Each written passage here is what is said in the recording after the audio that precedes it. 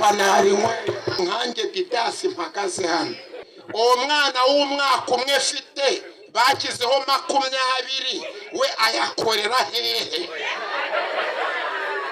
Mfite imyaka 40, mfite abana 3, mfite n'umugore umwe kandi twarasezeranye. Nta kazi ka leta nigeze ngira, nta sambu nimwe mfite imbaruriweho, ariko systeme bita imibereho yagiye kusora ku cyiciro cy'ibihumbi 20. Ngiye kureba sanga umuntu wishyura ibihumbi 20 ari umuntu w'umukozi wa leta uhembwa byibuze ibihumbi 100 ku kwezi.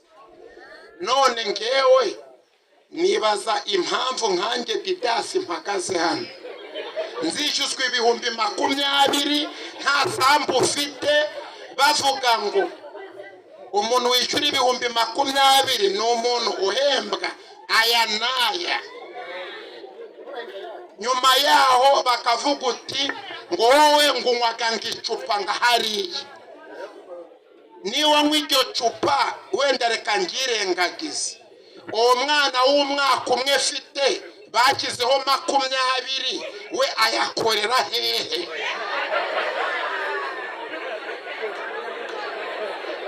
Ibyo rero mu mibereho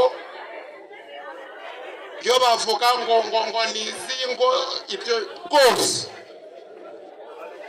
mbishyize imbere ya gitifu, niyumva ndajurira ambwire, cyangwa nabona nemerewe kwishyura ibihumbi 20 kandi watabyishyura nahembwa, ngewe nzayatanga.